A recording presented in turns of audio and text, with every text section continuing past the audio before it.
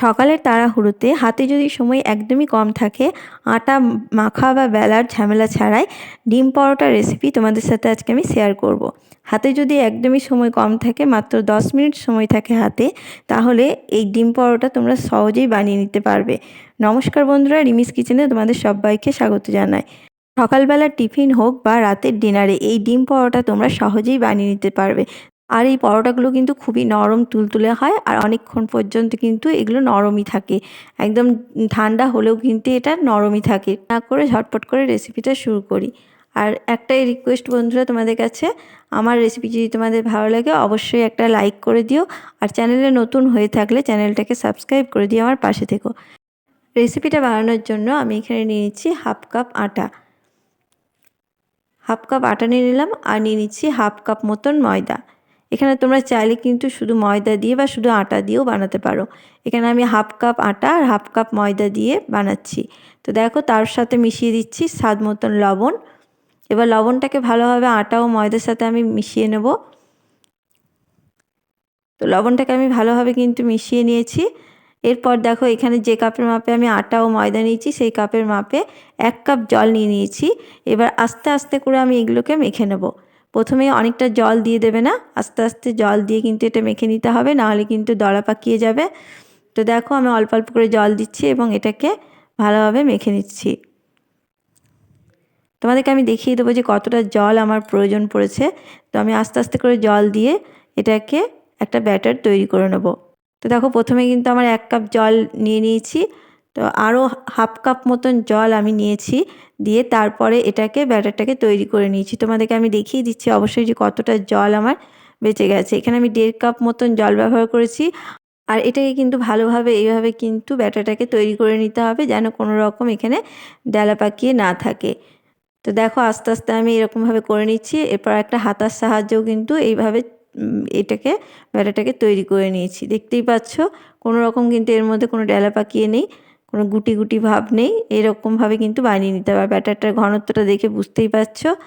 আর এই যে দেখতে পাচ্ছ, পিছনটা দেখলেই বুঝতে পারবে, ঠিক এরকম পাতলা কিন্তু ঘনত্বের ব্যাটারটা তৈরি করে নিতে হবে। সেখানে 1.5 কাপ জলের মধ্যে এটুকু জল আমার বেঁচে গেছে।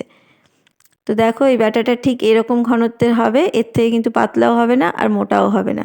তো চলো এবার তৈরি করে নিই। তার জন্য আমি গ্যাসের মধ্যে এখানে একটা কড়াই চাপিয়ে দিয়েছি। এবার আমি পুরটা তৈরি করে নেব। তার জন্য আমি এখানে অল্প তেল নিয়ে নিলাম। তেলটা গরম হয়ে গেলে এখানে দিয়ে দিচ্ছি হাফ চামচেরও কম অল্প গোটা জিরে। এবার গোটা জিরেটাকে আমি হালকা ভেজে নেব। তো গোটা জিরেটাকে আমি হালকা ভেজে নিচ্ছি। যতক্ষণ ভাজা হয়ে গেলে এরপর আমি এখানে দেখো, জিরেটা কিন্তু ভাজা হয়ে গেছে। জিরেটা ভাজা হয়ে গেলে এখানে দিয়ে দিচ্ছি আমি পেঁয়াজ কুচি। এখানে আমি দুটো বড় সাইজের পেঁয়াজকে কুচি করে নিয়েছি। তোমরা চাইলে লম্বা লম্বা করেও কুচি করে নিতে পারো। আমি এখানে এরকমভাবেই কুচিটা করে নিয়েছি। দিয়ে তারপরে এবার নাড়াচাড়া করে আমি পেঁয়াজটাকে ভেজে নেব।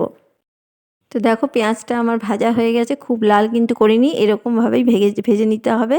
তো এটা আমার ভাজা হয়ে গেছে। এরপর আমি এখানে দিয়েছি অল্প একটু হলুদ, অল্প একটু লাল লঙ্কার গুঁড়ো, ঝালটা তোমরা বুঝে দেবে। আর এখানে দিয়ে দিচ্ছি স্বাদ মতন লবণ, আর এখানে একটু কাঁচা লঙ্কা কুচি দিলাম। তোমরা তোমাদের মনের মতো করে ঝালটা দিতে পারো। আর এখানে দিয়ে দিচ্ছি একটা ম্যাগি মশলাকে। তোমরা যদি চাও এখানে অন্য রকম মশলাও ব্যবহার করতে পারো, সবজি মশলা হোক বা যে কোনো একটা মশলা ব্যবহার করতে পারো, বা মশলা না থাকলে তার বদলে জিরে গুঁড়ো, ধনে গুঁড়ো আর একটু গরম মশলা দিয়ে কিন্তু এটা তৈরি করে নিতে পারো। তো আমি দেখো একটা ম্যাগি মশলা দিয়ে দিয়েছি। এরপর ভালোভাবে কিন্তু নাড়াচাড়া করে এটাকে ভাজা ভাজা করে নেব। আর তার মধ্যে এখানে দিয়ে দিচ্ছি অল্প একটু ধনেপাতা কুচি। ধনেপাতা কুচিটা দিলে কিন্তু খুব খেতে ভালো লাগবে।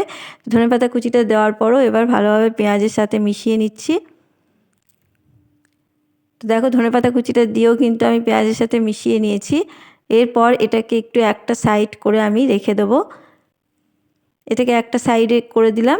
এরপর দেখো, এখানে নিয়ে নিয়েছি ডিম। দুটো ডিম আমি ব্যবহার করছি। এখানে চাইলে কিন্তু তোমরা ডিমের অ্যামাউন্টও বাড়িয়ে নিতে পারো, যেরকম বানাবে সেই পরিমাণে কিন্তু করে নিতে পারো। তা দুটো ডিম দিয়ে দিয়েছি। তারপর এখানে দিয়ে দিলাম অল্প একটু গোলমরিচের গুঁড়ো। গোলমরিচের গুঁড়োটা দিয়ে ডিমের সাথে ভালোভাবে মিশিয়ে নিচ্ছি। তারপরে পেঁয়াজের সাথে এটাকে ভালোভাবে ডিমের সাথে মিশিয়ে নেব। ডিম ও পেঁয়াজটাকে ভালোভাবে কিন্তু আমি ঝুড়ো ঝুড়ো করে নেব। তো দেখো, এটাকে ভালোভাবে কিন্তু মিশিয়ে নিচ্ছি।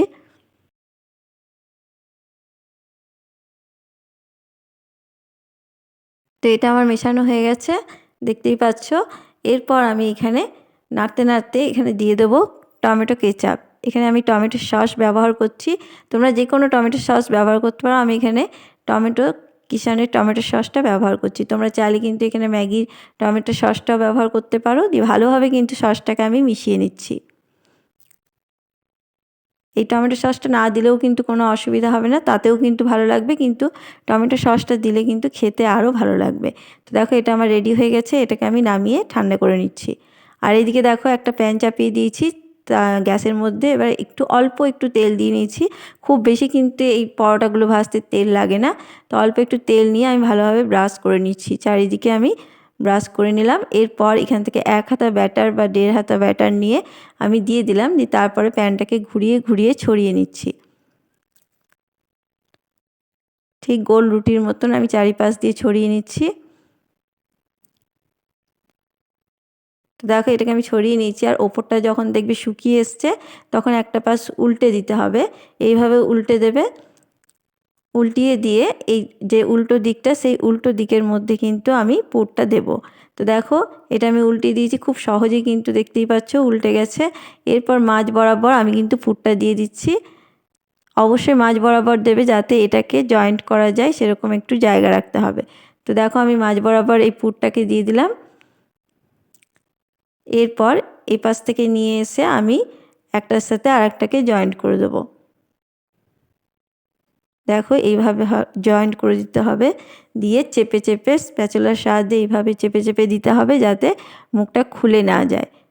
মুখটা খুলে গেলে পুরটা বেরিয়ে যাবে। তো চেপে চেপে এভাবে মুখটাকে জয়েন্ট করে দিতে হবে, দিয়ে চারিপাশ দুপাশ ভালোভাবে সেঁকে নিলেই কিন্তু এই পরোটাগুলো তৈরি হয়ে যাবে। তো একটু সময় নিয়ে এই পরোটাগুলোকে চেপে চেপে তৈরি করে নিতে হবে। তার মধ্যে আমি আরও একটু তেল নিয়ে নিলাম, অল্প একটু তেলই নিয়েছি যাতে ভালোভাবে ভাজা হয়। তো এই দেখো এবার উল্টে দেব। একটা পাশ আমার হয়ে গেছে, এই পাশটা হয়ে গিয়ে আর এক পাশও ঠিক এইভাবেই কিন্তু ভেজে নেব। তো এইভাবে লাল লাল করে ভেজে নিলেই কিন্তু পরোটাগুলো তৈরি হয়ে যাবে। দেখতেই পাচ্ছ কতটা সুন্দর হয়েছে, আর খুবই নরম হয় বন্ধুরা এই পরোটাগুলো। একবার বাড়িতে অবশ্যই বানিয়ে দেখো, আর কোনো রকম ঝামেলাই নেই মাখা বেলার।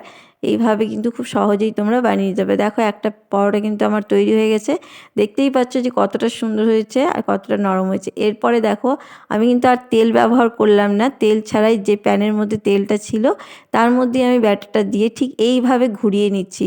তোমাদেরকে আমি দুইভাবেই দেখিয়ে দিলাম, এইভাবেও কিন্তু হাতার সাহায্যে তোমরা ঘুরিয়ে নিতে পারো। এরপর ওপরটা যখন শুকিয়ে যাবে তখন কিন্তু এটাকে উল্টে দিতে হবে।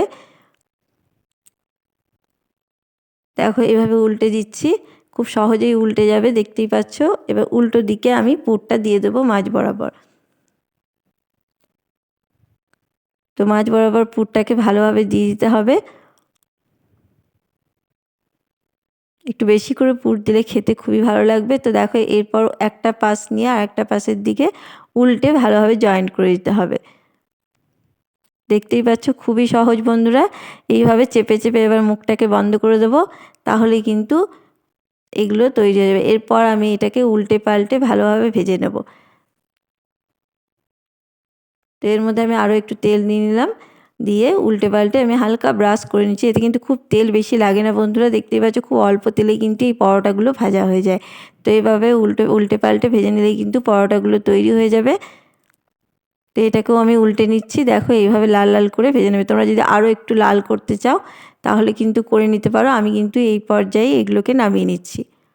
তো দেখো এই পরোটাটাও কিন্তু আমার হয়ে গেছে। এইভাবে কিন্তু প্রত্যেকটা পরোটাকে আমি ভেজে নিয়েছি। কতটা সহজ তোমরা দেখেই বুঝতে পারছো। দেখো এইভাবে আরও একটা পরোটা আমি ভেজে নিলাম।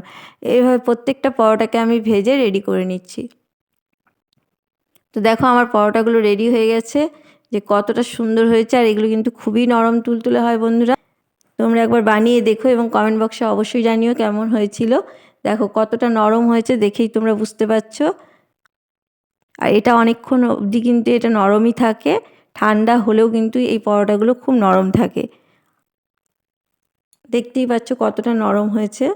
বন্ধুরা এই পরোটাগুলো কিন্তু তোমাদের বাচ্চাদের টিফিন বক্সেও দিতে পারো, এমনকি রাতের ডিনারেও রুটি খেতে ভালো না লাগলে এইগুলো বানিয়ে নিতে পারো। আশা করব তোমাদের এই রেসিপিটা ভালো লেগেছে। ভালো লাগলে অবশ্যই লাইক শেয়ার কমেন্ট করে দিও এবং চ্যানেলটাকে সাবস্ক্রাইব করে দিয়ে আমার পাশেই থেকো। আবার কোনো নতুন রেসিপি নিয়ে হাজির হব। সবাই ভালো থাকবে, সুস্থ থাকবে।